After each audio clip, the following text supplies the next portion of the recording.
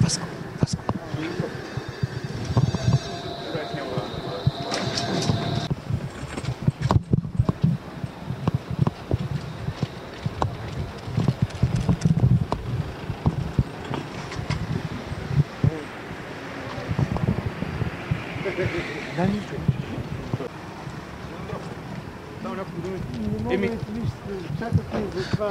Само няколко думи до каква степен са уредени нещата? Уредено. Той от днес е футболист на ЦСКА.